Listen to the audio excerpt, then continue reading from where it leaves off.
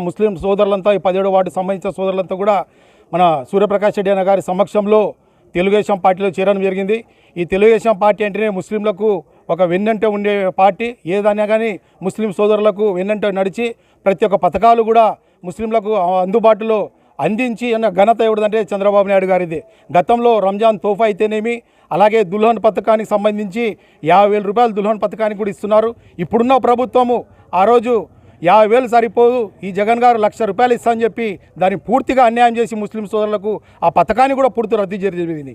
గతంలో కూడా ముస్లింలకు విదేశీ విద్య అని చెప్పారు. విదేశీ విద్య కాదు కదా, ఎటువంటి మంచిదానానికి కూడా నోచుకోలేనటువంటి వైఎస్ఆర్ పార్టీని ప్రతి ఒక్కరు కూడా రాబోయే రోజుల్లో గుణపాఠం చెప్పి తెలుగుదేశం పార్టీని అధికారంలో తేవడానికి ప్రతి ఒక్కరు కూడా ముస్లిం సోదరులందరూ కూడా ఏకమై ఈ 17వ వార్డు కాలనీ వాసులు ఈరోజు అందరూ కూడా ఏకమై ఈరోజు తెలుగుదేశం పార్టీ గెలుపు కొరకు, సూర్యప్రకాష్ రెడ్డి అన్న గారి గెలుపు కోసం ప్రతి ఒక్కరు కూడా పోరాడడానికి కృషి